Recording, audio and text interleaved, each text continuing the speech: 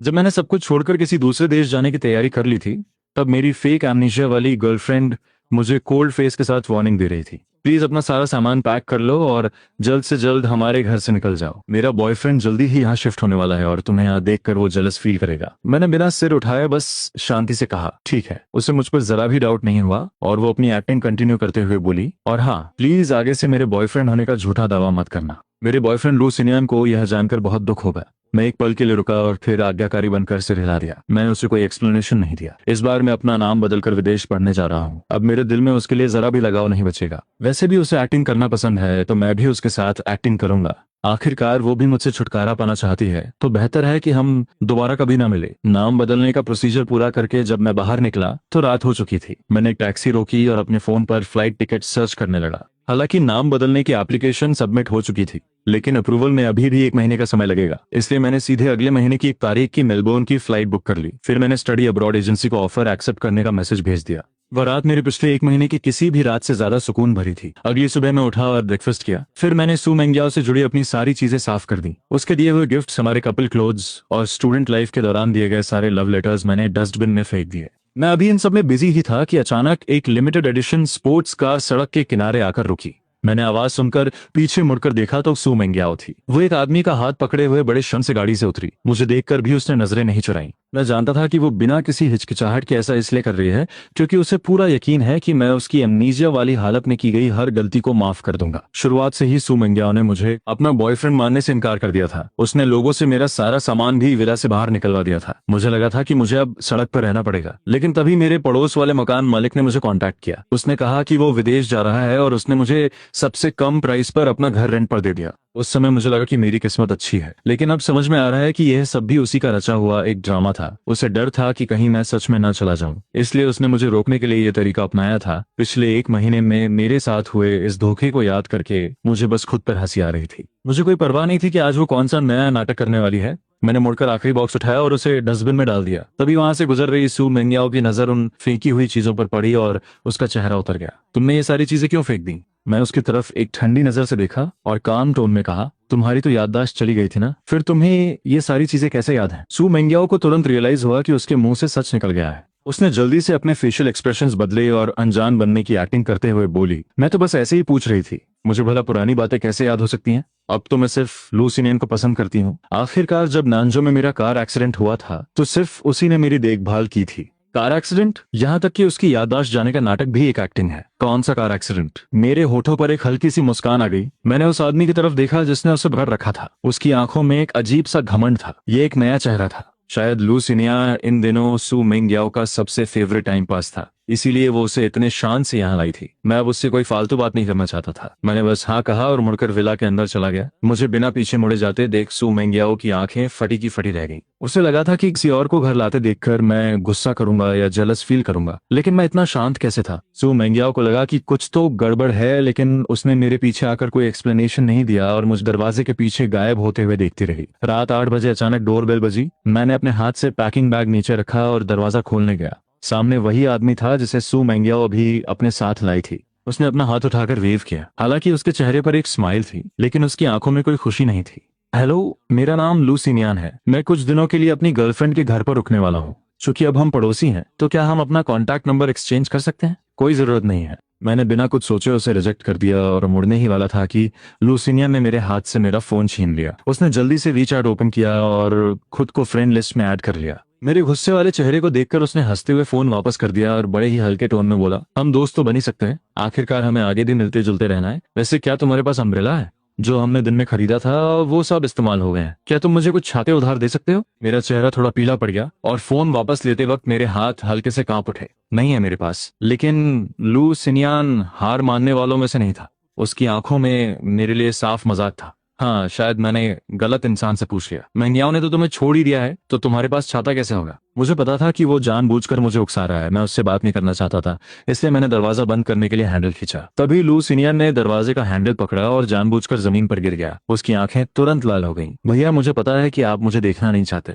मैं तो बस थोड़ा सा मसाला मांगने आया था ताकि मैं मैंगियाओ के लिए रात का खाना बना सकूं। अगर आप नहीं देना चाहते तो मत दीजिए, लेकिन आपने मुझ पर हाथ क्यों उठाया? लू सिनियान की इस अचानक की गई एक्टिंग को देखकर मेरा दिल जोर से धड़क उठा। इससे पहले कि मैं कुछ समझ पाता, मुझे नहीं पता सु मेंगियाओ कब सीढ़ियों से भागते हुए आई और उसने तुरंत उसे अपने पास सहारा देकर खड़ा कर लिया। उसने मेरी तरफ बड़ी ही ठंडी आंखों से देखा। उसके टोन में लू सिनियान के लिए गहरी चिंता थी। तुम्हारी लू सिनियान से कोई दुश्मनी नहीं है, फिर तुम बिना किसी बात के इतना तमाशा क्यों कर रहे हो?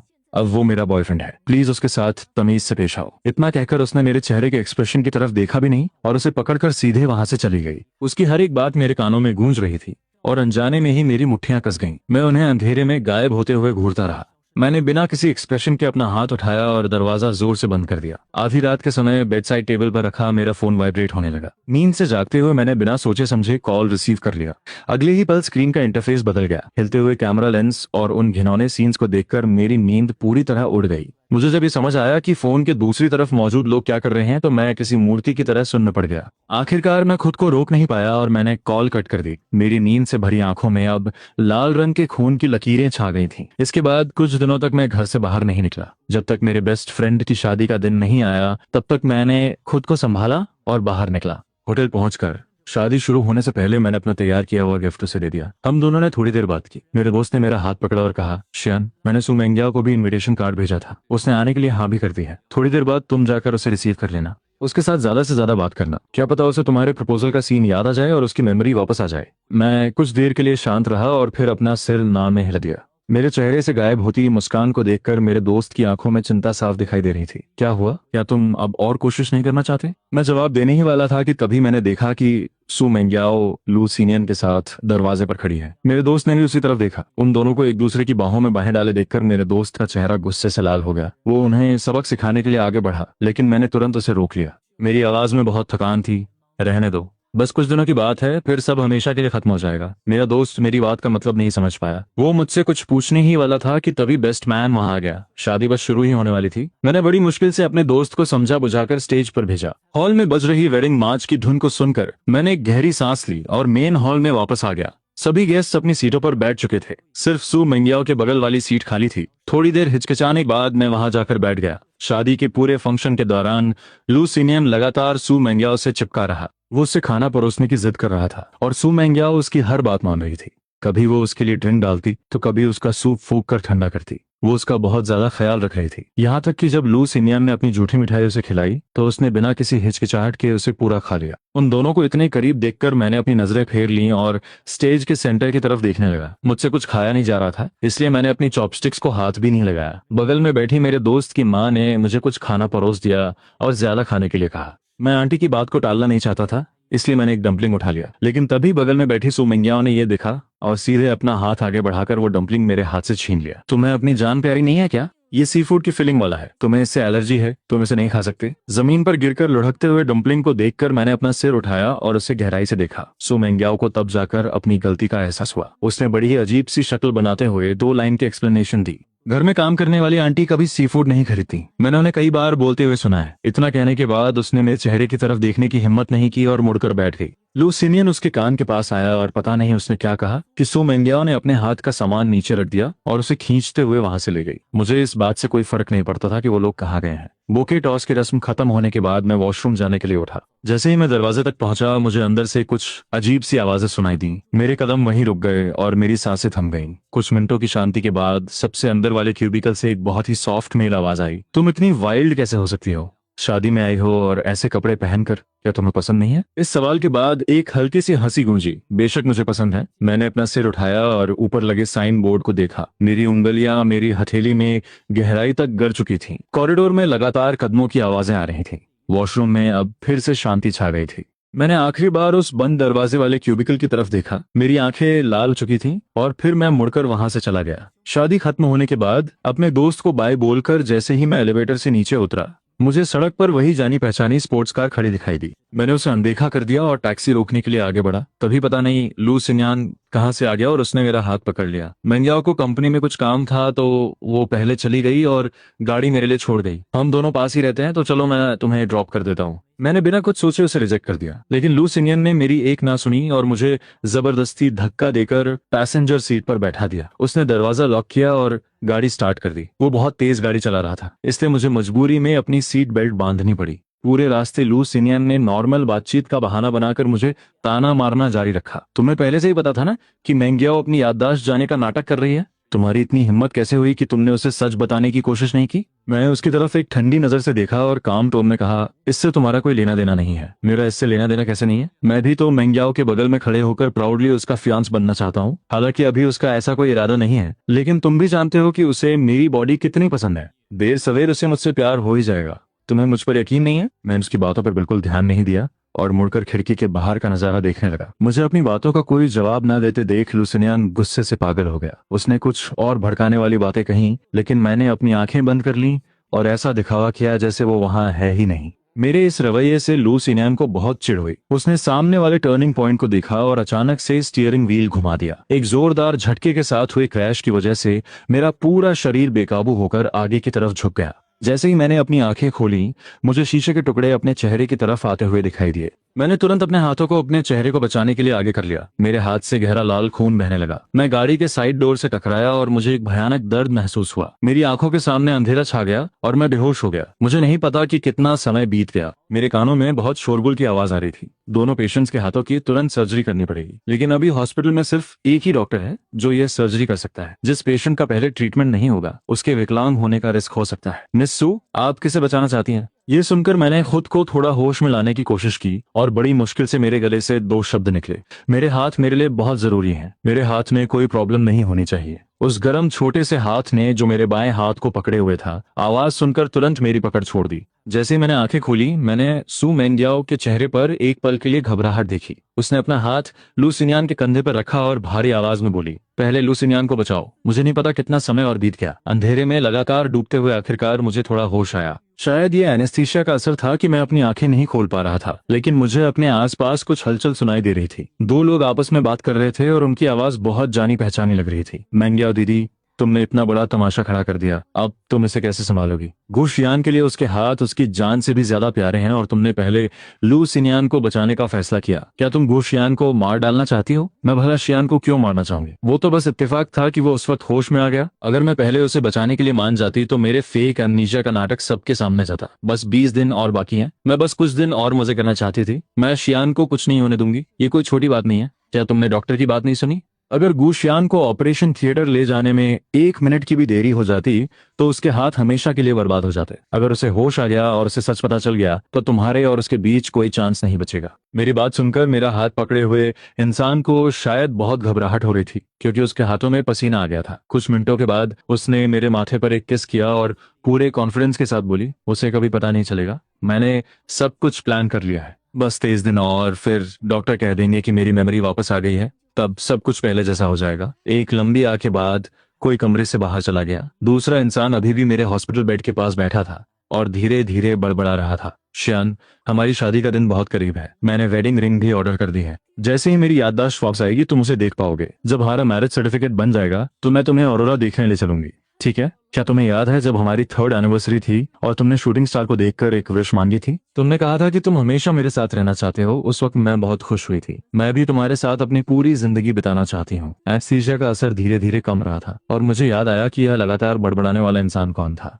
ये मेरी फियांस सू मेंग्याओ थी। वो मेरी बहुत फिक्र कर रही थी। हर आधे घंटे में वो डॉक्टर को बुलाकर मेरी कंडीशन चेक करवाती। वो बहुत प्यार से मुझे पानी पिलाती और मेरे ब्लैंकेट को ठीक करती। वो एक पल के लिए भी मेरे पास से नहीं हटी। लेकिन जैसे ही मुझे पूरी तरह से होश आया, मुझ पर लुटाया गया, उसका सारा प्यार किसी लहर की तरह पीछे हट गया। उसे मुझसे आंखें चुराकर वार्ड से बाहर जाते हुए देखकर मेरी आंखों में एक ताना सा आ गया। मैंने अपना फोन उठाकर टाइम देखा, तब मुझे पता चला कि मैं 3 दिनों से बेहोश था। मेरे मैसेजेस में अभी भी सिर्फ एड्स और फोन बिल के नोटिफिकेशंस थे। मैं बस मन ही मन प्रार्थना कर रहा था कि मेरा नाम बदलने का प्रोसेस जल्दी से पूरा हो जाए। इसके बाद काफी लंबे समय तक सू मेंग्याओ मुझसे मिलने नहीं आई, लेकिन लू सिनियन मुझे हर रोज बहुत सारे मैसेजेस भेजता था, जिनमें वो मुझे भड़काने वाली बातें और अपने रोमांस की फोटोज भेजता था। मैंने उनमें से एक भी मैसेज ओपन नहीं किया और सीधा DND मोड पर सेट कर दिया। कुछ दिनों बाद मेरा हॉस्पिटल से डिस्चार्ज हो गया। जैसे ही मैं हॉस्पिटल के गेट पर पहुंचा, मेरी मुलाकात यूनिवर्सिटी की एक सीनियर से हुई जो कभी मुझे पसंद करती थी। हम दोनों ने थोड़ी देर बातचीत की। मैं अभी उससे खुशी खुशी बात कर ही रहा था कि पता नहीं सू मेंग्याओ कहाँ से आ गई और उसने मेरा हाथ खींच लिया। उसका चेहरा गुस्से से लाल हो रहा था। उसने मेरी तरफ बड़ी ही शक वाली नजरों से देखा और जलन भरे टोन में बोली, तुम्हें उसके इतने करीब जाने की परमिशन किसने दी? मैंने अपना हाथ छुड़ाया और उसे एक ताना मारते हुए कहा, क्या तुम्हारी याददाश्त नहीं चली गई थी? क्या तुमने मुझे अपना बॉयफ्रेंड मानने से इनकार नहीं कर दिया था? मुझे जिससे बात करनी होगी मैं करूंगा, तुम्हें मुझे कंट्रोल करने का कोई हक नहीं है। इतना कहकर मुझे कोई परवाह नहीं थी कि उसका क्या रिएक्शन होगा। मैंने एक टैक्सी रोकी और वहां से चला गया। मेरे शब्दों ने सू मेंग्याओ को पूरी तरह से चुप करा दिया था। वो मुझे जाते हुए देखने के अलावा कुछ नहीं कर सकी। कुछ समय तक रेस्ट करने के बाद मैं धीरे धीरे रिकवर होने लगा। खाली समय में मैंने अपने खर्चों का हिसाब लगाया तो पता चला कि मुझे पैसों की जरूरत है। तभी मेरे एक पुराने कस्टमर ने मुझे एक बड़े क्लाइंट से मिलवाया। मैं वैसे भी फ्री था तो मैंने वो प्रोजेक्ट ले लिया। लेकिन जब मैं लोकेशन पर पहुंचा तो मुझे पता चला कि वो एक बर्थडे पार्टी थी। सू मेंग्याओ को लू सिन्यान का हाथ पकड़े हुए देखकर मैं पूरी तरह से हैरान रह गया। मेरे दिल में कुछ बुरा होने का एहसास होने लगा, लेकिन मैं एडवांस पेमेंट ले चुका था, इसलिए मुझे अपनी फीलिंग्स को दबाकर अपना कैमरा निकालना पड़ा। मुझे देखकर लू सिन्यान ने तुरंत अपनी टाई ठीक की और मुस्कुराते हुए मेरे पास आया। माफ करना, मैंने तुम्हें परेशान किया।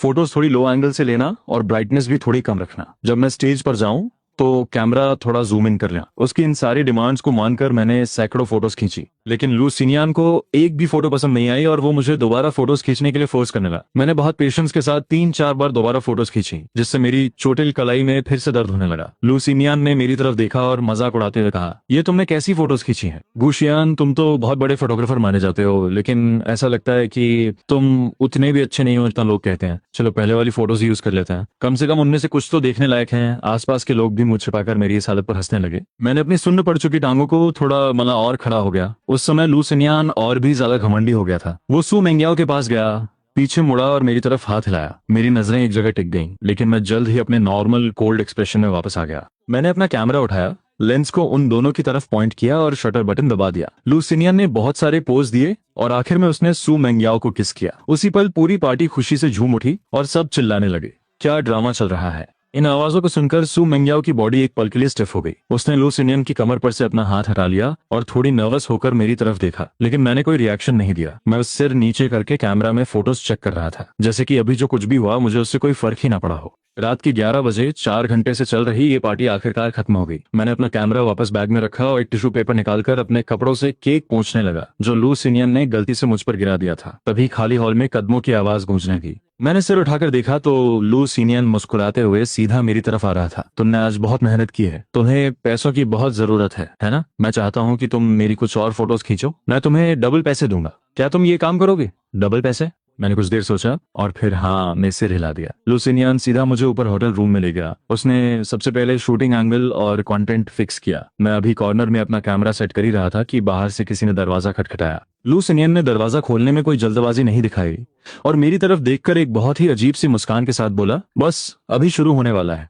सब कुछ रिकॉर्ड करना मत भूलना। इतना कहकर उसने कर्टन खींच दिया और कॉर्नर को कवर कर दिया, जिससे कैमरा के लिए सिर्फ एक छोटी सी जगह बच गई। मैं उस छोटी सी जगह में सिकुड़ कर बैठ गया और पास आती कदमों की आवाजें सुन रहा था। झुकते हुए उस रोमांटिक लाइट में लू सिन्यान एक औरत की टाई खींचते हुए धीरे धीरे आगे बढ़ा। उन दोनों की बॉडीज एक दूसरे से पूरी तरह चिपक गई थी। कैमरा लेंस में सू मेंग्याओ को लू सिन्यान के साथ इतनी शिद्दत से किस करते हुए देखकर स्टैंड पर रखे मेरे हाथ जोर से कस गए। उसे पता ही नहीं था कि मैं भी उसी कमरे में हूँ। कमरे में उनकी हवस और भी ज्यादा बढ़ने लगी थी। उन लगातार आने वाली आवाजों को सुनकर मैं पूरी तरह से सुन्न हो चुका था। मुझे सांस लेने में भी तकलीफ हो रही थी। ऐसा लग रहा था मानो वक्त बहुत धीरे धीरे गुजर रहा हो। रात के 3 बजे कमरे में हलचल बंद हुई और बाथरूम से पानी गिरने की आवाज आने लगी। मैंने कर्टन हटाया और अपने सुन्न हो चुके पैरों को घसीटते हुए बाहर निकला। मैंने जमीन पर बिखरे हुए कपड़ों को पार किया, वो मेमोरी कार्ड टेबल पर रखा और दरवाजा खोलकर बाहर निकल गया। आधी रात की सड़क पर कोई नहीं था और मैं बिना किसी मंजिल के यूं ही भटक रहा था। मुझे नहीं पता कि मैं कितनी देर तक चला।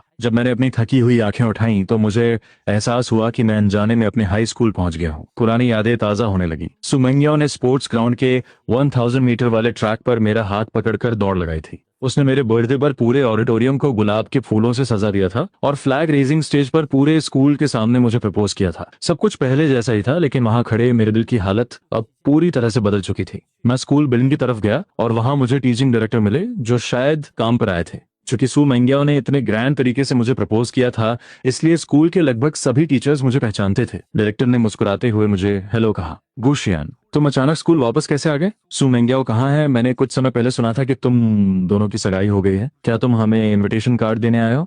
मैंने जबरदस्ती मुस्कुराने की कोशिश की और टॉपिक बदल दिया। मैं बहुत समय से यहाँ नहीं आया था तो सोचा कि यहाँ से गुजर रहा हूँ तो टीचर से मिलता चलूं। हम दोनों बातें करते हुए चलने लगे और पुरानी यादों में खो गए। बहुत सारी बातें याद करके हम दोनों बहुत इमोशनल हुए। विदा लेने से पहले डायरेक्टर को शायद कुछ याद आया। वो ऑफिस के कैबिनेट से एक पुरानी पीली पड़ चुकी डायरी निकाल कर लाए और मुझे दे दी। ये मैंने सू मेंडियाओ से स्टडी क्लास के डिसिप्लिन चेक के दौरान जब्त की थी। चूंकि अब तुम दोनों की शादी होने वाली है तो ये तुम उसे वापस कर देना। मैं एक पल के लिए हैरान रह गया। मैंने वो डायरी ली और टीचर को झुककर प्रणाम किया। वापस लौटते समय मैंने वो डायरी खोली और उसमें सू मेंडियाओ की प्यारी सी हैंडराइटिंग देखी। हर पेज पर एक ही नाम लिखा था। उस डायरी में एक लड़की के दिल की बातें लिखी थी जो एक लड़के को पसंद करती थी। इसे पढ़ते पढ़ते मेरी आंखें भर आईं और आंसू बेकाबू होकर बहने लगे। एक एक बूंद मेरे पास्ट की याद भी थी और एक तरह की विदाई भी। जब गाड़ी विला के दरवाजे पर रुकी तो मैंने डायरी बंद कर दी। दरवाजा खोलते ही मेरी नजर सू मेंडियाओ से मिली जो अभी अभी वापस आई थी। उसकी गर्दन पर लव बाइट्स का लाल निशान देखकर मुझे रात की घटना याद आ गई और मैंने अपनी नजरें फेर ली। सू मेंडियाओ ने नोटिस किया कि मैं शायद रोया हूँ। उसने भौहें सिकोड़ी और अभी वो कुछ पूछने ही वाली थी कि लू सिनियान जो उसे पकड़े हुए था मेरी लाल आंखों को देखकर हंसने लगा। तुमने कल रात बहुत मेहनत की है। मैंने पैसे ट्रांसफर कर दिए। तुमने जो शूट किया वो मुझे बहुत पसंद आया। तुम्हें भी पसंद आया होगा, है ना? उसका ये ताना सुनकर सू मेंडियाओ का दिल जोर से धड़क उठा। क्या पसंद आया? रात के पहले हिस्से की बर्थडे फोटोज। और क्या हो सकता है रात के दूसरे हिस्से की? उसे इस तरह से बकवास करते देख सू मेंडियाओ का दिल धक से रह गया। उसने तुरंत अपने हाथों से उसका मुंह बंद कर दिया। मैंने उनकी तरफ ध्यान नहीं दिया और मुड़कर घर की तरफ चल दिया। डस्टबिन के पास से गुजरते हुए मैंने डायरी उसी में फेंक दी। वो जवानी के दिन जो प्यार सच्चाई से भरे थे अब पूरी तरह से दफन हो चुके थे। जाने से पहले मैंने लैंडलॉर्ड को मैसेज किया और कहा कि मैं आगे रेंट कंटिन्यू नहीं करूंगा। लैंडलॉर्ड बार बार पूछती रही कि मैं घर क्यों खाली कर रहा हूँ। मैंने कोई भी बहाना बना दिया। लैंडलॉर्ड ने कहा कि वो मुझे कुछ दिनों की छूट दे सकती है और मुझे अगले महीने के बीच तक रहने दे सकती है। मुझे पता था कि सू मेंगियाओ ने ही उसे मुझे कुछ दिन और रोकने के लिए कहा होगा ताकि वो अपनी याददाश्त वापस आने का नाटक कर सके और मुझे वापस घर ले जा सके। मैंने उनके इस प्लान को नहीं तोड़ा और हाँ कह दिया। जाने से 3 दिन पहले मुझे एक अननोन नंबर से कॉल आया। मिस्टर गू बोल रहे हैं? हेलो, मैं हिल्टन होटल का मैनेजर हूँ। वही होटल जहाँ आपने अपनी एंगेजमेंट पार्टी की थी। बात यह है कि आपकी फियांस ने पहले ही हमारे मेन हॉल को बुक कर लिया था। सुना है कि परसों यहाँ शादी की पार्टी होने वाली है, लेकिन हम पिछले कुछ दिनों से उनसे कांटेक्ट नहीं कर पा रहे हैं। कुछ डिटेल्स कंफर्म करनी है। क्या आप आकर हमसे बात कर सकते हैं? मैं मना करने ही वाला था लेकिन परसों सुनकर मेरी पलकें झपक गई। 1 जनवरी वही दिन था जब सू मेंगियाओ ने अपनी याददाश्त वापस आने का नाटक करने का प्लान बनाया था और वही मेरा भी यहाँ से जाने का दिन था। मैंने मान लिया और टैक्सी लेकर वहां पहुंच गया।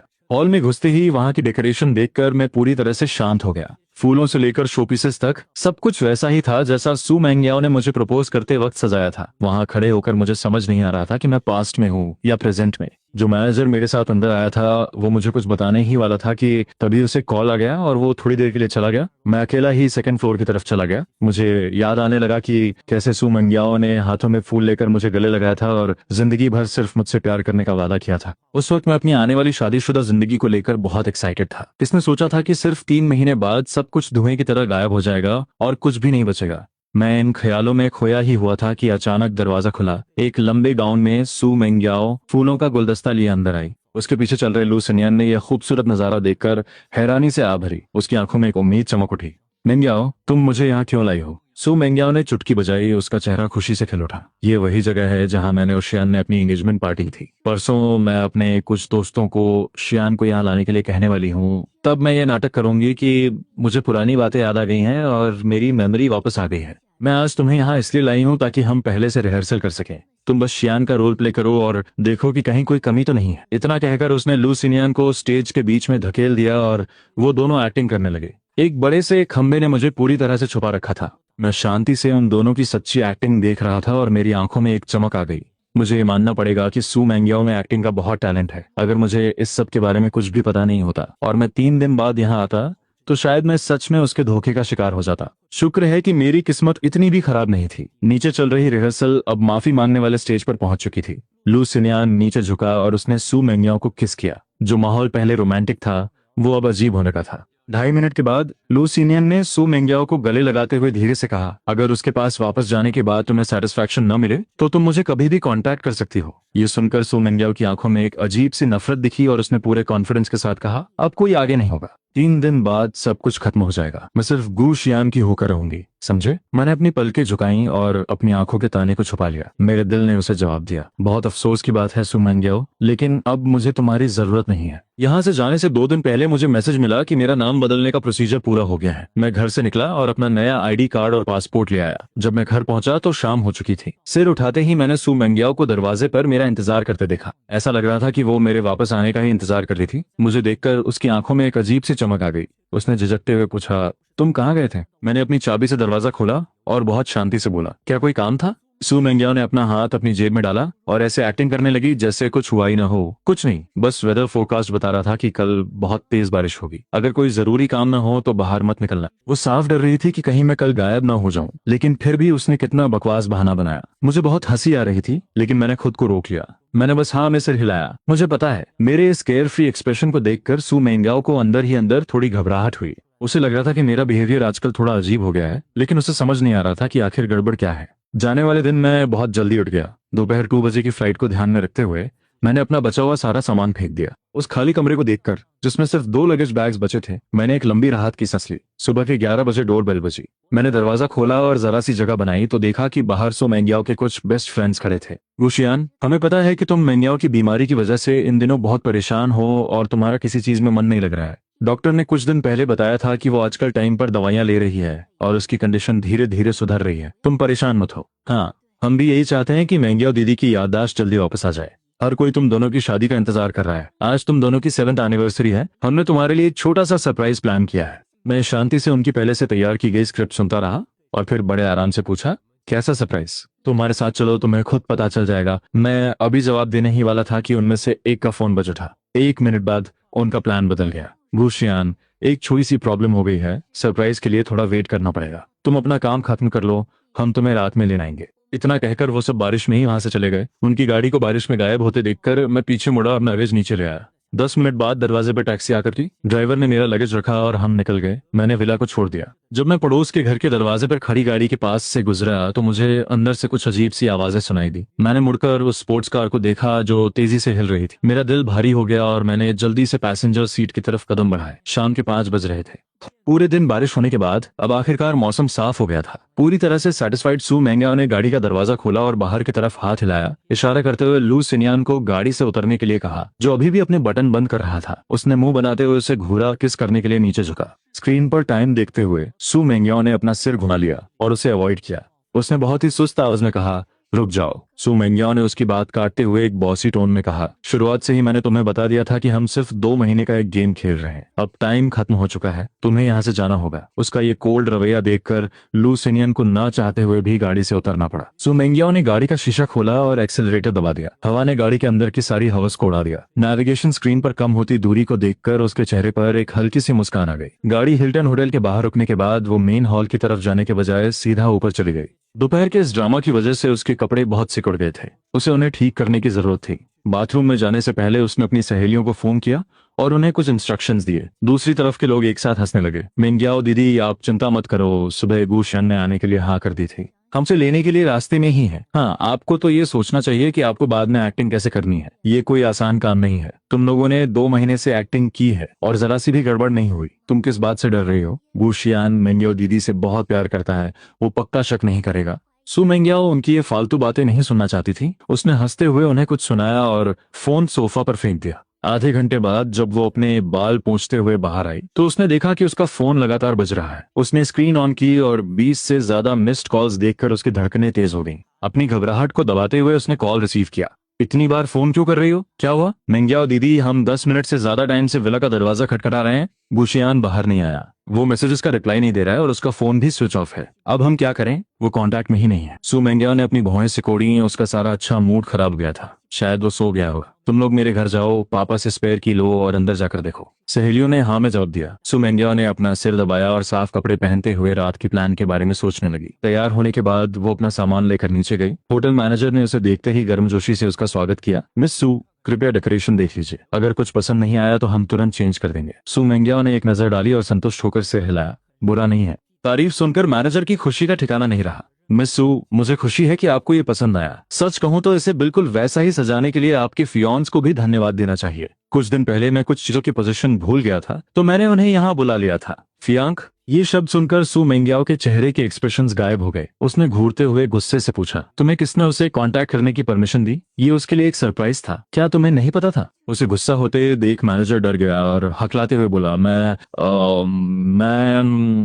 आपसे कांटेक्ट नहीं कर पा रहा था, इसलिए मैंने इमरजेंसी में मिस्टर गू को बुलाया, और आपने ये भी नहीं कहा था कि इसे सीक्रेट रखना है। मुझे लगा कि आप दोनों की एंगेजमेंट हो चुकी है, तो 1 महीने से ज्यादा की प्लानिंग पानी में मिल गई। सू मेंग्याओ गुस्से से लाल हो गई। उसने अपनी मुट्ठी जोर से भींच ली और वो गुस्सा करने ही वाली थी कि तभी उसके दोस्त का फोन आ गया। मेंग्याओ मेंग्याओ दीदी, सब गड़बड़ हो गई, गुशियान गायब हो गया है। मैनेजर की बात और इस खबर को एक साथ सुनकर सू मेंग्याओ का दिमाग सुन हो गया। तो जाओ उसे ढूंढो। उसका गुस्सा सुनकर फोन के दूसरी तरफ उसकी दोस्त लगभग रोने ही वाली थी। ऐसा नहीं है कि हम उसे ढूंढ नहीं रहे हैं, विला पूरी तरह से खाली हो चुका है। हमने सीसीटीवी चेक किया, उसने सुबह ही अपना सारा सामान फेंक दिया था और 12 बजे अपना लगेज लेकर चला गया। हमें नहीं पता वो कहाँ गया है। एक एक शब्द सू मेंग्याओ के कानों में किसी बम की तरह फट रहा था। वो वहीं जम गई। 12 बजे टैक्सी, वो सारी बातें जिन्हें उसने नजरअंदाज कर दिया था अब उसे याद आ रही थीं।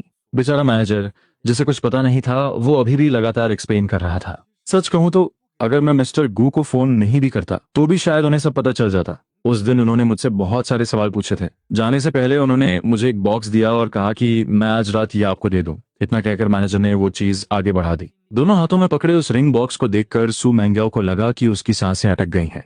कांपते हुए हाथों से उसने उसे खोला और अंदर वो चमकती हुई एंगेजमेंट रिंग देखी। उसके बगल में एक पिंक बटन भी रखा था। वो उस बटन को एकटक घूरती रही। तभी उसे याद आया कि 3 दिन पहले होटल से निकलते वक्त लू सिनियन ने कंप्लेन की थी, अगली बार जरा आराम से, तुमने मेरी शर्ट के सारे बटन तोड़ दिए। सू मेंग्याओ के शरीर का सारा खून जैसे जम गया था। उसने मैनेजर का कॉलर पकड़ लिया। उसकी आंखें खून की तरह लाल हो चुकी थीं और गुस्से से बड़ी हो गई थी। कब की बात है? तीन दिन पहले। मिस्टर वो दोपहर 2 बजे आए थे और 5 बजे यहाँ से गए। ये जवाब सुनकर सू मेंग्याओ पूरी तरह से टूट गई। उसने वो अंगूठी ली और पागलों की तरह अपनी गाड़ी की तरफ भागी। उसने 10 से ज्यादा रेड लाइट्स तोड़ी और पागलों की तरह गाड़ी चलाते हुए 10 मिनट के अंदर घर पहुंच गई। पड़ोस का विला पूरी तरह रोशन था और वो सीधे अंदर घुस गई। उसकी सहेलियां पूरा घर छान मार रही थीं, लेकिन उन्हें गुशियान से जुड़ी कोई चीज नहीं मिली। उसे आता देख सब उसके पास आ गए। मेंग्याओ दीदी, हमें एक बाल तक नहीं मिला। सच में नहीं पता कि गुशियान कहाँ चला गया। मैंने भी पता लगवाया है। पिछले 1 महीने में जिन्बे से जाने वाले पैसेंजर्स की लिस्ट में गुशियान का नाम नहीं है। एक के बाद एक आती इन बुरी खबरों ने सू मेंग्याओ को पूरी तरह से निराश कर दिया। उसने घबराते हुए अपना फोन निकाला और मुझे कॉल किया, लेकिन उसे सिर्फ फोन स्विच ऑफ है कि कोल्ड आवाज सुनाई दी। जो मैसेजेस उसने भेजे थे वो सब रिजेक्ट हो गए थे और उन पर लाल रंग का एक्सक्लेमेशन मार्क आ गया था। ये देखकर उसे चक्कर आने लगे। उसकी सहेलियों ने उसे कभी इस तरह से कंट्रोल खोते हुए नहीं देखा था। सब उसे समझाने की कोशिश करने लगे। मिन्या दीदी, खुद को संभालो, वो अभी कुछ ही देर पहले गया है। हम उसे अभी भी ढूंढ सकते हैं।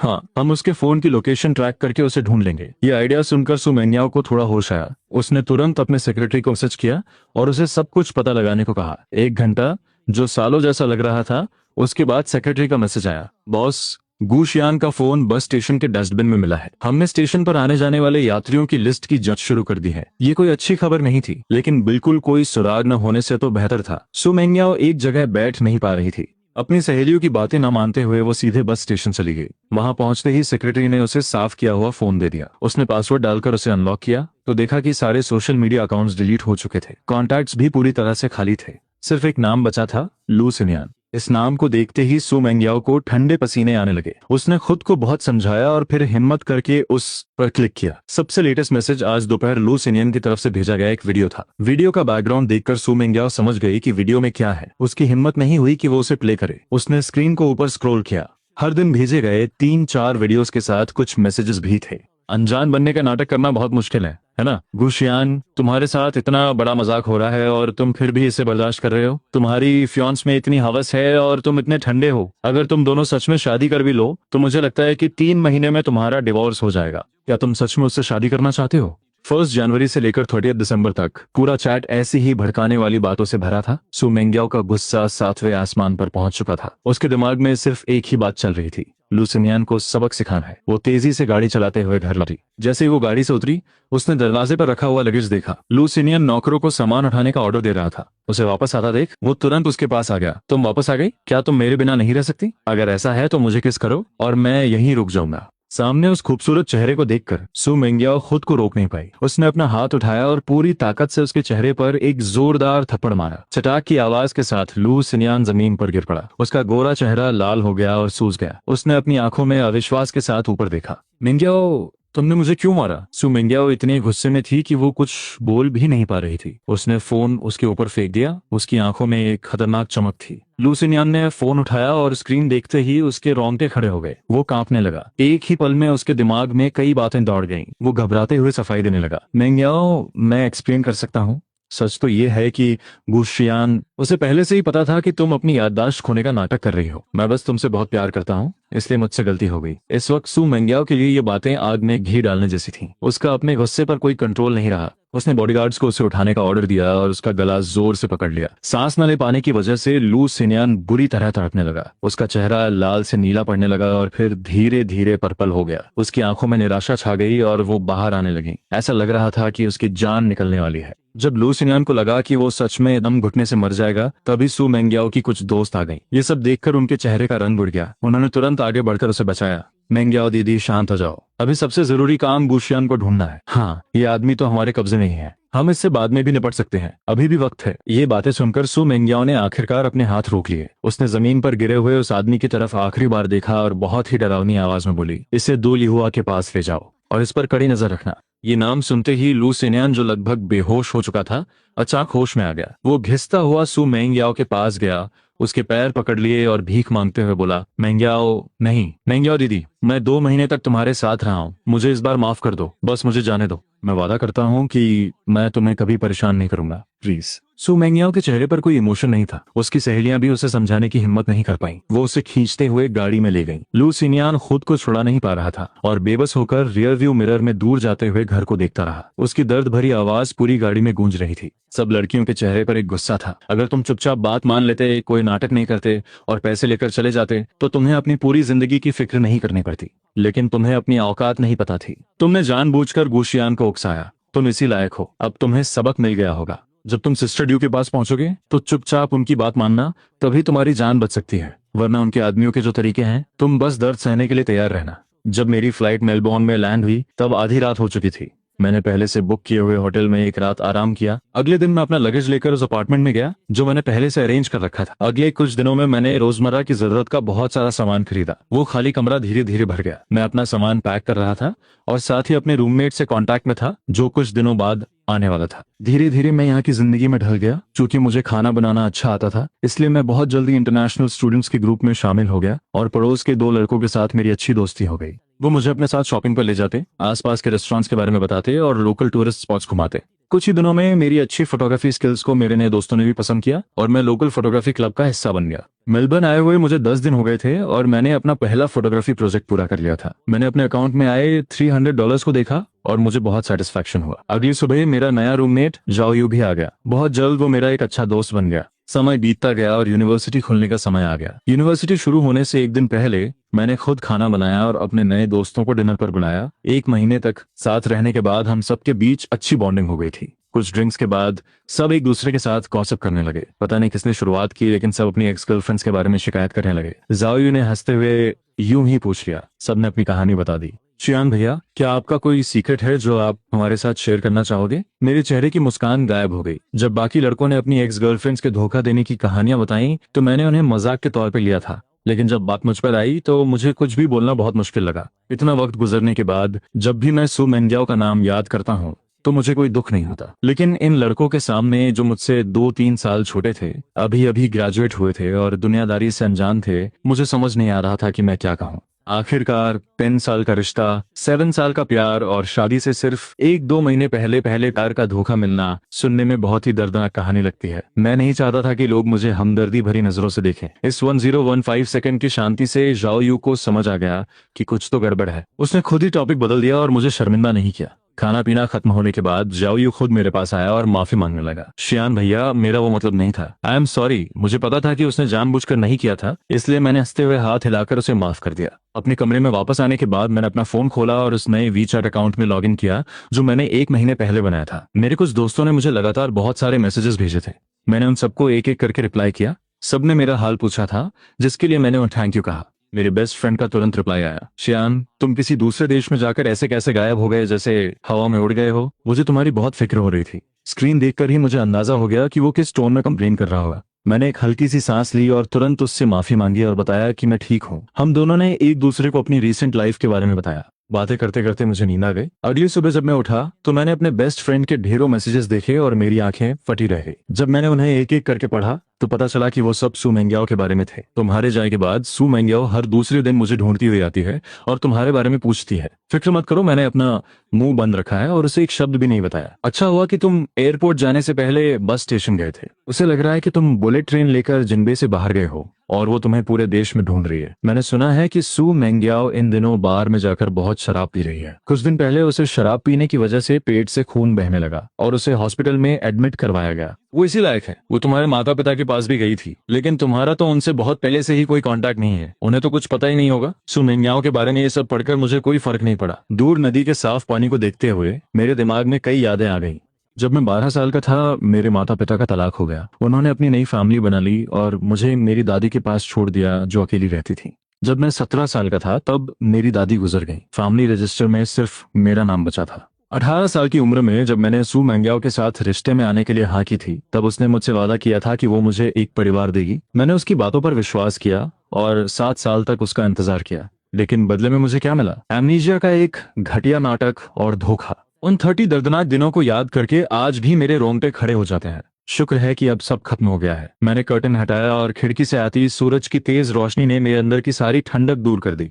सुबह के 8 बजे अलार्म बजा। मैंने कपड़े बदले, अपना बैग लिया और जाओयू के साथ यूनिवर्सिटी चला गया। फ्रेशमैन एनरोलमेंट सेरेमनी ऑडिटोरियम में हो रही थी। मैं नए और एनर्जेटिक स्टूडेंट्स के बीच बैठा था। प्रिंसिपल की मोटिवेशन से भरी बातें सुन रहा था। मेरे मन में जो एक अजीब सा डर था वो धीरे धीरे खत्म हो गया। गुशियान का नया फ्यूचर अब शुरू हो चुका था। सू मेंग्याओ ने जैसे ही आंखें खोली उसे डिसइंफेक्टेंट की तेज महक आई। शराब के साइड इफेक्ट्स अभी भी उसकी बॉडी में फैल रहे थे। उसका सिर भारी था और पेट में बहुत तेज दर्द हो रहा था। उसने खाली नजरों से अपने आसपास देखा। उसे धीरे धीरे होश आ रहा था। उसके पास खड़े सू फैमिली के लोगों ने जब देखा कि उसे होश आ गया है तो उन्होंने राहत की सांस ली, लेकिन उनके चेहरे अभी भी उदास थे। तुम एक आदमी के लिए कब तक ऐसे मरने का नाटक करोगी? उसकी कुछ सहेलियां भी उसके पास आ गईं और उसे समझाने लगी। गुशियान को गए 1 महीना हो गया है और उसका कोई अता पता नहीं है। वो जानबूझकर ऐसा कर रहा है। मेंग्याओ दीदी, उसे भूल जाओ। तुम जैसा लड़का चाहो वैसा मिल सकता है। फिर तुम उसी के पीछे क्यों पड़ी हो? सू मेंग्याओ पिछले 1 महीने में ये बातें कई बार सुन चुकी थी। उसने कभी इन पे ध्यान नहीं दिया और अब भी उन्हें अनसुना कर रही थी। उसकी लाल आंखें खाली थीं। उसके बिना मेकअप वाले चेहरे पर सिर्फ एक जिद दिख रही थी। उसे इस तरह बर्बाद होते देखकर सू मेंग्याओ की माँ का गुस्सा फूट पड़ा और उन्होंने आखिरकार अपना आपा खो दिया। तुम सू फैमिली की इकलौती बेटी हो। तुम्हारे कंधों पर सू ग्रुप के फ्यूचर की जिम्मेदारी है और तुम हर दिन इस तरह प्यार में पागल होकर क्या कर रही हो? मैं तुम्हें आखिरी बार बता रही हूँ, मैंने तुम्हारे लिए लड़का पसंद कर लिया है। 5 दिन बाद शादी है और तुम्हें वहां आना होगा। अगर तुम वही भी नहीं समझी तो आगे से सू फैमिली का नाम इस्तेमाल करना भूल जाना। इतना कहकर सू मेंग्याओ की माँ ने उसकी तरफ देखा भी नहीं और गुस्से से दरवाजा पटक कर चली गई। कमरे में सन्नाटा छा गया। उसकी सहेलियां भी चुप रहीं। सू मेंग्याओ बड़ी मुश्किल से उठी। उसकी आवाज भारी और थकी हुई थी। उस बुढ़िया ने किसे चुना है? जोहान, जो फैमिली का तीसरा बेटा। सू मेंग्याओ ने एक ठंडी सांस ली और उसकी आंखों में एक अजीब सी चमक आ गई। तुम लोग जाकर उससे कहो कि शादी का फैसला कोई और नहीं कर सकता। अगर वो समझदार है तो खुद शादी तोड़ दे, वरना मुझे जो फैमिली की बेइज्जती करने के लिए मजबूर मत करना। सू मेंग्याओ के इस टोन से ही उसकी सहेलियां समझ गईं कि वो आसानी से हार नहीं मानेगी। लेकिन अभी कुछ देर पहले सू आंटी के गुस्से को देखकर उन्होंने डरते डरते उसे समझाने की कोशिश की। मेंग्याओ दीदी, हमारे सर्कल में शादियां बिजनेस डील्स की तरह होती हैं। सू आंटी ने अपना फाइनल डिसीजन सुना दिया है और जो फैमिली से पंगा लेना भी आसान नहीं है। क्यों ना इस बात को यहीं खत्म कर दें? हाँ, इनविटेशन कार्ड्स पहले ही भेजे जा चुके हैं। अब पीछे हटने का कोई रास्ता नहीं है। दूल्हा बदल गया तो क्या हो? अगर गुशियान वापस आ भी जाए तो उसका फैमिली बैकग्राउंड तुम्हारे स्टेटस से मैच नहीं करता। सू मेंग्याओ ने कभी नहीं सोचा था कि वो सहेलियां जो बचपन से उसके साथ हैं वो ऐसी बकवास करेंगी। उसका चेहरा गुस्से से लाल हो गया और उसने उन्हें घूर कर देखा। अगर तुमने दोबारा ऐसी बात कही तो यहाँ से दफा हो जाना। मैं सू मेंग्याओ हूँ और मेरी जिंदगी में मेरा पति सिर्फ गुशियान ही होगा। मुझे कोई फर्क नहीं पड़ता कि वो जो फैमिली से है या शिए फैमिली से। मैं किसी से शादी नहीं करूंगी। उनकी बातों का कोई असर ना होते देख उसकी सहेलियों ने भी कुछ बोलना ठीक नहीं समझा। वो सब चुपचाप वहां से चली गई। हॉस्पिटल वार्ड में अब सू मेंग्याओ अकेली थी। उसने अपनी आंखें बंद कर ली और उसके दिमाग में कई तस्वीरें घूमने लगी। रोज घर से निकलने से पहले मैं उसके कपड़े ठीक करता था और उसे किस करता था। जब वो बीमार होती थी तो मैं उसकी फिक्र में रोने लगता था और उसके लिए गर्म सूप लेकर जाता था। एनिवर्सरीज पर मेरे दिए हुए सरप्राइज गिफ्ट्स और हर साल साथ रहने का वो वादा अब सिर्फ एक सपना बनकर रह गए थे। सेक्रेटरी के उस मैसेज को देखकर कि अभी भी मेरा कोई पता नहीं है, सू मैंग्याओ का टूटा हुआ दिल एक बार फिर दर्द से भर गया। उसने उस फोन को कसकर पकड़ लिया जो मैंने फेंक दिया था, जैसे वही उसकी आखिरी उम्मीद हो। मैंग्याओ दीदी, हमने जोहान से बात की है। उसने कहा कि शादी का फैसला उसके पेरेंट्स ने किया है और वो उनकी बात मानेगा, वो शादी नहीं तोड़ेगा। अब हम क्या करें? ये सुनकर सू मैंग्याओ का दिल और टूट गया। उसकी आंखों में गुस्सा भर गया। अगर उसे समझ नहीं आ रहा है तो हम देखते हैं कि आगे क्या होता है। उसकी इस आवाज को सुनकर उसकी सहेलियों का दिल दहल गया। जो फैमिली भी जिंगबे में एक बहुत बड़ी फैमिली थी। मैंग्याओ दीदी, तुम क्या करने वाली हो? प्लीज कुछ गलत मत करना। सू मैंग्याओ ने उनकी तरफ देखा लेकिन कोई जवाब नहीं दिया और टॉपिक बदल दिया। लू सिनियन कहाँ है? उसकी सहेलियां तो इस आदमी के बारे में भूल ही गई थी। सब एक दूसरे का मुंह देखने लगी। पता नहीं, सिस्टर डू से पूछना पड़ेगा। इतना कहकर वो कॉल करने ही वाली थी कि सू मैंग्याओ, जिसके अंदर गुस्सा भरा हुआ था और उसे निकालने का कोई रास्ता नहीं मिल रहा था, उसने उन्हें रोक दिया और खुद वहां जाने का फैसला किया। वीआईपी रूम में घुसते ही जैसे ही वो बैठी, डू ली हुआ शराब और एक आदमी को लेकर अंदर आई। वो सू मैंग्याओ को खुश करने की कोशिश कर रही थी। बॉस सू, आपको जो चाहिए था मैं ले आई, आप खुद देख लीजिए। इतना कहकर उसने अपने पीछे डरे हुए छुप रहे आदमी को धक्का दिया। लू सिनियन अब सिर्फ हड्डियों का ढांचा बन चुका था। उसके हाथों और पैरों पर नीले और पर्पल निशान थे। वो बुरी तरह कांप रहा था और ऊपर देखने की हिम्मत भी नहीं कर पा रहा था। कमरे में आए लोगों को देखकर उसकी आंखों में एक अजीब सा डर था। मैंग्याओ दीदी, 1 महीने में ही एक हैंडसम लड़का ऐसी हालत में पहुंच जाएगा, ये देखकर कमरे में मौजूद हर कोई हैरान रह गया। सिर्फ सू मैंग्याओ के चेहरे पर कोई इमोशन नहीं था। वो उस आदमी को घूरती रही और उसकी आंखों में सिर्फ नफरत थी। आखिर में उसकी आवाज में बहुत पछतावा था। कमरे में कई लोगों ने लंबी आह भरी। काश मुझे पहले पता होता तो मैं ये सब शुरू ही क्यों करती। 2 महीने पहले इसी वीआईपी रूम में कही गई बातों को याद करके उन्हें लगा कि वो मजाक में की गई बातें अब सच हो गई थी। सेकंड मिस शहन ने अपने प्यार को पाने के लिए जो कुछ भी किया उसका कोई असर नहीं हुआ और गुशियान ऐसे गायब हो गया जैसे वो कभी था ही नहीं। इस 1 महीने में उसकी सहेलियों ने उसे ढूंढने के लिए अपने सारे कॉन्टैक्ट्स का इस्तेमाल किया। उन्होंने हर वो जगह छान मारी जहां वो हो सकता था, लेकिन कुछ पता नहीं चला। कोई इंसान इतने बड़े सर्च ऑपरेशन से कैसे बच सकता है और अपना कोई सुराग कैसे नहीं छोड़ता? ये सवाल उन सबके दिमाग में घूम रहा था। यूनिवर्सिटी शुरू हुए 1 हफ्ता हो गया था और मैं कैंपस के माहौल में ढल रहा था। रोज सुबह उठकर क्लासेस अटेंड करना और क्लासमेट्स के साथ असाइनमेंट्स डिस्कस करना, खाली समय में दोस्तों के साथ घूमना फिरना और पार्टी करना। अगर पहले मेरी जिंदगी से समंदर में आ रहे तूफान की तरह थी तो अब ये शांत पानी की तरह हो गई थी। मैं इस शांति को एंजॉय कर रहा था। मेरा शरीर और दिमाग दोनों रिलैक्स हो गए थे। शनिवार की दोपहर को मैं और जाओयू पार्क में वॉक करने गए। वापस आकर मैंने देखा कि वी चैट पर मैसेजेस की बाढ़ आई हुई है। मेरे कई दोस्तों ने मुझे एक ही लिंक फॉरवर्ड किया था। उस लिंक को खोलते ही मुझे सू मैंग्याओ और गुशियान के नाम दिखाई दिए। जब मैंने उस शादी का पूरा वीडियो देखा तो मैं कुछ बोल ही नहीं पाया। मैंने बस कुछ डॉट्स रिप्लाई कर दिए। मेरे बेस्ट फ्रेंड का मैसेज भी तुरंत आ गया। उसने गुस्से में बहुत सारी गालियां लिखी थी। सू मैंग्याओ जैसी धोखेबाज लड़की को अब एक सच्चे प्यार करने वाले की तरह दिखाया जा रहा है। ये सब किसे बेवकूफ बना रहे हैं? अगर मुझे तुम्हारे पकड़े जाने का डर न होता तो मैं खुद जाकर इस घटिया लड़की का असली चेहरा सबके सामने ले आता और उसे दिखाता कि वो अंदर से कितनी खोखली है। वो कह रही थी कि वो सिर्फ तुमसे शादी करेगी। सच में मुझे तो हंसी आ रही है। क्या वो भूल गई कि उसने तुम्हें घर से कैसे निकाला था? और कह रही है कि वो तुम्हें ढूंढ लेगी। उसे दफा हो जाना चाहिए। उसका वापस आना तुम्हारे लिए एक बहुत बड़ी मुसीबत होगी। ये सब शिकायतें देखकर मुझे याद आया कि सुबह मुझे कुछ अजीब क्यों लग रहा था। तो ये वो शादी थी जिसे मैंने छोड़ दिया था। ये सोचकर मुझे हंसी आ गई। जाओयू ने भी मुझे हंसते हुए देखा तो वो भी मजाक में शामिल हो गया। शान भैया, क्या हुआ? किस बात पर हंस रहे हो? मैंने हाथ हिलाते हुए कहा, कुछ नहीं। मेरा दोस्त मुझे कुछ बता रहा था। वीबो पर जो ट्रेंडिंग न्यूज है ना, वो दुल्हन जिसने अपनी शादी में इतना ड्रामा किया। जाओयू को थोड़ा थोड़ा याद आ रहा था तो उसने ऐसे ही पूछ लिया। फिर उसने रीबो खोला। रिफ्रेश करते ही उसे एक नई पोस्ट दिखी। उस दुल्हन के बॉयफ्रेंड की फोटो मिल गई है जिसने उसे प्रपोज किया था। उसने फोटो जूम की और वो मुझे दिखाने ही वाला था कि उस पुरानी आईडी फोटो को देखकर वो चौंक गया।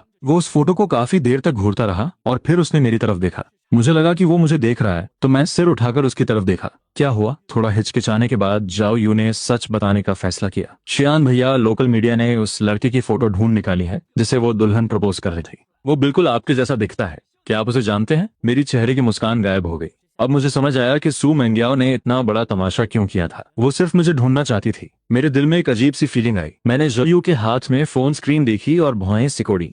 ये मेरे हाई स्कूल की आईडी फोटो थी। पता नहीं ये किसने लीक कर दी। हालांकि ये 7-8 साल पुरानी फोटो थी और मैं अब थोड़ा बदल गया था, लेकिन कोई भी देखकर पहचान सकता था कि ये मैं ही हूँ, वरना जाओयू मुझसे ये सवाल नहीं पूछता। कमरे में थोड़ी देर के लिए सन्नाटा छा गया। मैंने कुछ देर सोचा और फिर सच बोलने का फैसला किया। हाँ, ये मैं ही हूँ। सू मेंग्याओ मेरी एक्स गर्लफ्रेंड है। ब्रेकअप के बाद मैंने अपना नाम बदला और विदेश आ गया। ये सब सुनकर जाओयू की आंखें फटी रह गईं। वो हैरानी से बोला, अगर अगर ब्रेकअप हो गया था तो उसने ये सब नाटक क्यों किया? इससे तो तुम्हारी जिंदगी पर बहुत बुरा असर पड़ेगा। मैंने धीरे से सिर हिलाया और कहा, हाँ, थोड़ी परेशानी तो होगी, लेकिन मैं अब विदेश में हूँ तो शायद इतनी दिक्कत नहीं होगी। जाओयू का चेहरा थोड़ा सीरियस हो गया। ऐसा लग रहा है कि उसने जानबूझकर इतना बड़ा तमाशा किया है ताकि वो तुम्हें ढूंढ सके।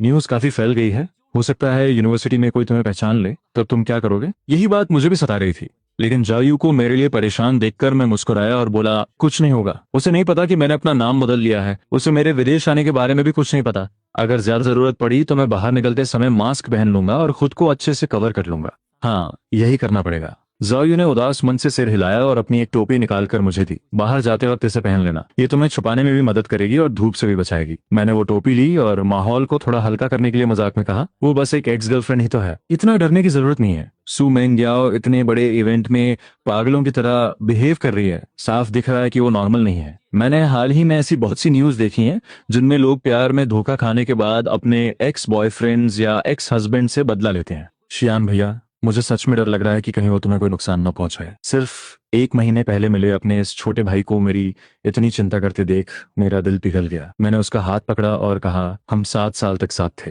हालांकि उसने मेरे साथ बहुत बुरा किया है, लेकिन मुझे नहीं लगता कि वो इतनी पागल होगी। फिक्र मत करो। हालांकि मैं ये सब हंसते हुए कह रहा था, लेकिन जाओयू को याद आया कि कुछ दिन पहले जब हम एक्स गर्लफ्रेंड्स के बारे में बात कर रहे थे तो मैं कैसे चुप हो गया था। उसे अंदाजा हो गया था कि इस रिश्ते ने मुझे कितना गहरा घाव दिया है। उसे समझ नहीं आ रहा था कि वो मुझे कैसे दिलासा दे। वो सिर्फ इतना ही कह पाया, सब ठीक हो जाएगा। चियान भैया, तुम अब उस दलदल से बाहर निकल चुके हो, बस आगे बढ़ो। उसकी आंखों में वो कॉन्फिडेंस देखकर मेरे अंदर की घबराहट कम हो गई।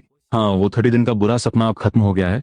अब डरने की क्या बात है। शादी के अगले दिन सू फैमिली ने अनाउंस किया कि सू मेंग्याओ को सू ग्रुप के सारे काम से हटा दिया गया है, और जो फैमिली ने भी अनाउंस किया कि वो सू फैमिली के साथ अपने 3 प्रोजेक्ट्स कैंसिल कर रहे हैं। मेरे गायब होने के 50 दिन बाद भी सू मेंग्याओ को मेरे बारे में कोई खबर नहीं थी। इंटरनेट पर उसके बारे में बहुत सी बातें हुई थी, लेकिन सब हमारे पास के बारे में थी। किसी ने भी ये नहीं बताया कि मैं कहाँ हूँ। सू मेंग्याओ का मुझे ढूंढने का जो कॉन्फिडेंस था वो वक्त के साथ खत्म होता जा रहा था। उसे उस खाली विला में जाने से डर लगने लगा था और वो अपने सेक्रेटरी के मैसेजेस भी नहीं पढ़ना चाहती थी। यहाँ तक कि अब गुशियान का नाम सुनते ही वो गुस्सा हो जाती थी। सू फैमिली ने उसके सारे कार्ड्स ब्लॉक कर दिए थे। अब वो पहले की तरह पैसे नहीं उड़ा सकती थी। उसकी सहेलियों ने भी उम्मीद छोड़ दी थी और उसे सब भूल जाने को कह रही थी। अपनी फैमिली से माफी मांग लो। अपनी 24 साल की जिंदगी में सू मेंग्याओ ने पहली बार ऐसी हार का सामना किया था। वो हर दिन शराब पीती और नशे में चीजें तोड़ती। वो मेरा नाम लेकर रोती और पछताती, लेकिन शराब सिर्फ कुछ देर के लिए ही उसे सुकून देती थी। जब वो होश में आती तो उसे फिर से उसी कड़वी सच्चाई का सामना करना पड़ता। इस सब से गुजरते हुए वो अब पहले जैसी कॉन्फिडेंट और खुश नहीं रही। न्यू ईयर्स ईव के दिन सू मेंग्याओ बार में अकेली बैठकर शराब पी रही थी।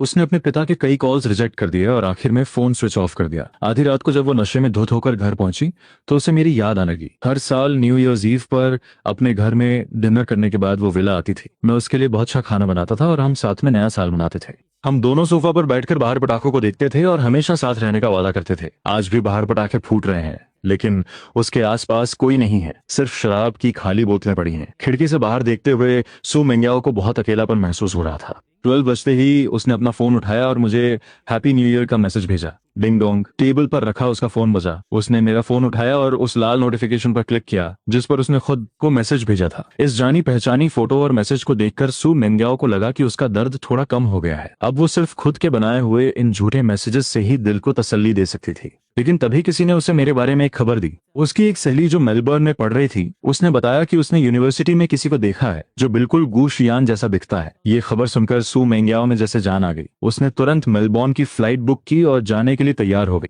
लेकिन उसकी सहेलियों ने उसे रोक लिया। मेंग्याओ दीदी, वो इंसान मिल गया है, वो कहीं भागेगा नहीं। अभी लूसिनियन का मामला ज्यादा जरूरी है। जब तक वो सॉल्व नहीं होगा गुशियान तुम्हें कैसे माफ करेगा। ये सुनकर सू मेंग्याओ की खुशी गायब हो गई। उसने खुद को संभाला। उसकी सहेलियां उसे कई आइडियाज दे रही थी, लेकिन उसे कोई भी सही नहीं लगा। आखिर में उसने खुद ही इस मामले को सॉल्व करने का फैसला किया। सू मेंग्याओ सीधे हॉस्पिटल गई। उसने लू सिनियान को हमेशा के लिए रास्ते से हटाने का फैसला कर लिया था। आधे घंटे बाद लू सिनियान को मौत के मुंह में देखकर उसने बॉडीगार्ड्स को बाहर भेज दिया। वो चाहती थी कि लू लू सिनियान तड़प तड़प कर मरे। सू मेंग्याओ खड़ी हुई और अपने हाथों से खून साफ करने लगी, जैसे कुछ हुआ ही न हो। खून साफ करने के बाद सू मेंग्याओ ने अपनी घड़ी देखी और बाहर जाने के लिए मुड़ी। जैसे ही उसने एक कदम बढ़ाया, उसके पैर में बहुत तेज दर्द हुआ। वो जमीन पर गिर पड़ी। दर्द से उसका चेहरा बिगड़ गया। जब उसने पीछे देखा तो लू सिनियान पागलों की तरह हंस रहा था। उसने अपने शरीर से एक चाकू निकाला, जिससे खून सू मेंग्याओ के चेहरे पर जा गिरा। खून की उस अजीब सी महक से सू मेंग्याओ का दिमाग सुन्न हो गया। लू सिनियान को सिर्फ वही औरत दिख रही थी जिसने उसकी जिंदगी बर्बाद कर दी थी। ये उसके लिए बदला लेने का आखिरी मौका था। लू सिनियान ने अपनी पूरी ताकत लगाई और वो चाकू सू मेंग्याओ के शरीर में घोंप दिया। एक के बाद एक कई चीखें कमरे में गूंजने लगी। दर्द से भरी वो चीखें धीरे धीरे धीमी हो गईं और सिर्फ सिसकने की आवाज रह गई। सू मेंग्याओ की आंखें फटी रह गईं। उसकी मुट्ठियां खुल गईं। लू सिनियान की भी सारी ताकत खत्म हो चुकी थी। उसके हाथ से चाकू छूटकर जमीन पर गिर पड़ा। उन दोनों का खून जमीन पर मिलकर एक नदी की तरह बहने लगा। दीवार पे लगी घड़ी की सुई अभी भी घूम रही थी। सू मेंग्याओ को अब धीरे धीरे कम दिखाई देने लगा था और दर्द भी कम हो रहा था। उसे लगा जैसे वो बादलों में गिर रही है। उसकी आंखों के सामने कई यादें घूमने लगीं।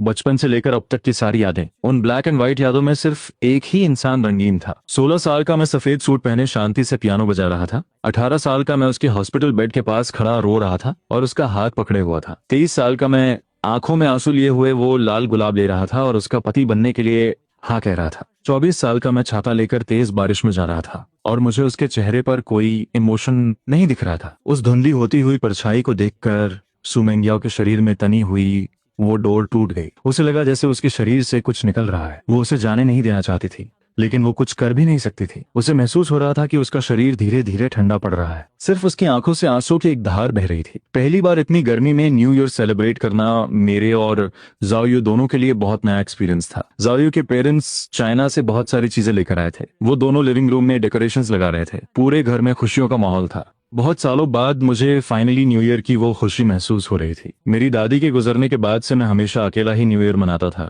हालांकि सू मेंग्याओ मेरे पास आती थी, लेकिन वो हमेशा रात 8 बजे से पहले ही चली जाती थी। घर में मैं बिल्कुल अकेला रह जाता था। बाहर के जश्न को देखकर मुझे अपना अकेलापन और भी ज्यादा महसूस होता था। मुझे लगा था कि शादी के बाद नया साल मेरे लिए खुशियां लेकर आएगा, लेकिन मेरी शादी कभी हुई ही नहीं और अब फाइनली मैं अकेले न्यू ईयर नहीं मना रहा था। किचन में बिजी जाओयू के पिता ने फ्रेशली फ्राइड मीट बॉल्स निकाले और मुस्कुराते हुए मुझे टेस्ट करने को कहा। उनके टोन में मेरे लिए बहुत प्यार और केयर थी। श्यान, ये शाओयू की फेवरेट डिश है। इतने सालों में ये मेरा सबसे अच्छा न्यू ईयर था। अगले 2 सालों तक मैंने अपना न्यू ईयर ऑस्ट्रेलिया में ही मनाया। हर साल जाओयू के पेरेंट्स हमारे साथ सेलिब्रेट करने आते थे। इतने समय तक साथ रहने के बाद हम एक फैमिली की तरह हो गए थे। जिस साल मेरा ग्रेजुएशन हुआ, जाओ फैमिली मेलबोर्न में ही सेटल हो गई। जाओयू ने मुझसे पूछा कि क्या मेरा यहीं रुकने का प्लान है। मैंने इस बारे में बहुत सोचा था। चाइना में मेरे जो भी क्लोज फ्रेंड्स थे वो सब अपनी लाइफ में सेटल हो चुके थे और मेरी फैमिली से मेरा कोई कनेक्शन नहीं था। वहां मेरा कोई घर या प्रॉपर्टी भी नहीं थी। अगर मैं अपने रिलेशनशिप्स और करियर को देखूं तो मुझे यहीं रुकना ज्यादा सही लगा। इसलिए मैंने जॉब ढूंढना शुरू किया और इमिग्रेशन के पेपर्स तैयार करने लगा। इस सब में जाओ फैमिली ने मेरी बहुत मदद की। पढ़ाई के दौरान ही मैंने अपनी स्किल्स की वजह से अच्छे खासे पैसे जमा कर लिए थे। इसलिए ग्रेजुएशन के बाद मैंने अपना खुद का एक छोटा सा फोटोग्राफी स्टूडियो खोल लिया। अगले 2 सालों में मेरा स्टूडियो काफी बड़ा हो गया और अच्छा चलने लगा। 4 साल पूरे होने के बाद मुझे परमानेंट रेजिडेंसी मिल गई। जब मैं पेपर वर्क के लिए चाइना वापस गया तो अपने पुराने दोस्तों से मिला। सालों बाद हम सब मिल रहे थे। वक्त बहुत तेजी से बीत गया था। अब हम वैसे नहीं दिखते थे जैसे हम जवानी में दिखते थे, लेकिन फिर भी जब हम मिले तो हमें लगा जैसे कुछ बदला ही नहीं है। सबको मेरी लव लाइफ के बारे में जानने में बहुत इंटरेस्ट था। मैंने भी उन्हें सब कुछ बहुत आराम से बताया। पिछले 2 सालों में मेरे 2 रिलेशनशिप्स रहे, लेकिन कुछ रीजंस की वजह से हमारा ब्रेकअप हो गया। मेरी करंट गर्लफ्रेंड के साथ मेरा रिलेशन पिछले साल अगस्त से है। वो मुझसे 2 साल छोटी है, लेकिन काफी मैच्योर है। मैं उन्हें अपनी लव लाइफ के बारे में बता रहा था और फोटोज और वीडियोस दिखा रहा था। स्क्रीन पर हम दोनों को एक साथ खुश देखकर सबने राहत की सांस ली। हम काफी देर तक बातें करते रहे। तभी पता नहीं किसने सू मेंग्याओ का नाम लिया। सुना है सू मेंग्याओ मर चुकी है। ये सुनकर मुझे थोड़ा झटका लगा। इन सालों में मैं अपनी पढ़ाई और काम में इतना बिजी था कि मैं चाइना की कोई खबर ही नहीं सुनी थी। कभी कभी जब मैं जाओयू के साथ पुरानी बातें याद करता था तो मुझे वो वक्त किसी धुएं की तरह लगता था जिसे मैं साफ साफ नहीं देख सकता। और सू मेंग्याओ का नाम भी किसी पुरानी फेडेड फोटो की तरह लगता था। मुझे लगा था कि वो समय के साथ आगे बढ़ गई होगी, अपना फैमिली बिजनेस संभाल रही होगी और एक नई जिंदगी जी रही होगी। मुझे नहीं पता था कि वो मर चुकी है। कमरे में एक पल के लिए सन्नाटा छा गया। सब मेरा रिएक्शन देख रहे थे। मुझे सिर्फ शॉक देखकर सब रिलैक्स हो गए और फिर से बातें करने लगे। हाँ, मैंने भी ये खबर सुनी थी श्यान। मैं तुम्हें बताना चाहता था, लेकिन फिर मुझे लगा कि तुम अब मूव ऑन कर चुके हो। तो मैं ये दुखद बात तुम्हें क्यों बताऊं? इसमें दुखी होने वाली क्या बात है? मैंने सुना है कि उसने उस लू नाम के आदमी को बहुत टॉर्चर किया था और उसी ने बदला लेने के लिए उसे मार दिया। उसे उसके किए की सजा मिली। इतने लंबे समय के बाद मुझे उस आदमी का नाम भी याद नहीं आ रहा था। मुझे सिर्फ उस कार एक्सीडेंट की याद थी जिसने मेरी जिंदगी लगभग बर्बाद कर दी थी। इसलिए जब मैंने सुना कि मेरी जिंदगी बदलने वाले उन दो लोगों का ये अंजाम हुआ तो मुझे थोड़ा अजीब लगा, लेकिन वो सिर्फ एक पल के लिए था। आखिरकार वो बहुत पहले की बात थी। वो यादें हवा के झोंके की तरह आईं और फिर हमेशा के लिए गायब हो गईं।